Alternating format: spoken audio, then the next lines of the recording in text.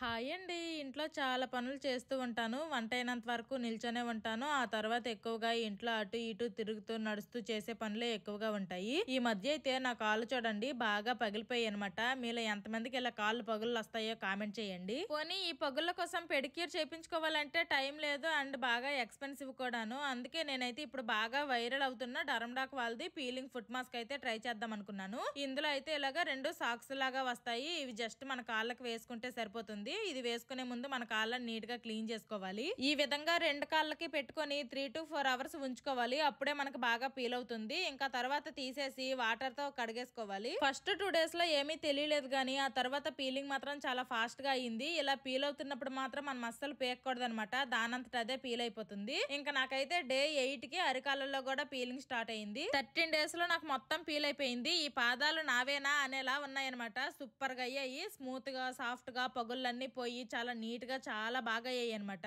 నాకు మంచి ప్రోడక్ట్ దొరికింది. బిఫోర్ అండ్ ఆఫ్టర్ డిఫరెన్స్ మీరే చూడొచ్చు. ప్రోడక్ట్ ని ట్యాగ్ చేశాను. అలాగే QR కోడ్ ని స్కాన్ చేసి కూడా ఆర్డర్ చేసుకోవచ్చు. Bye bye.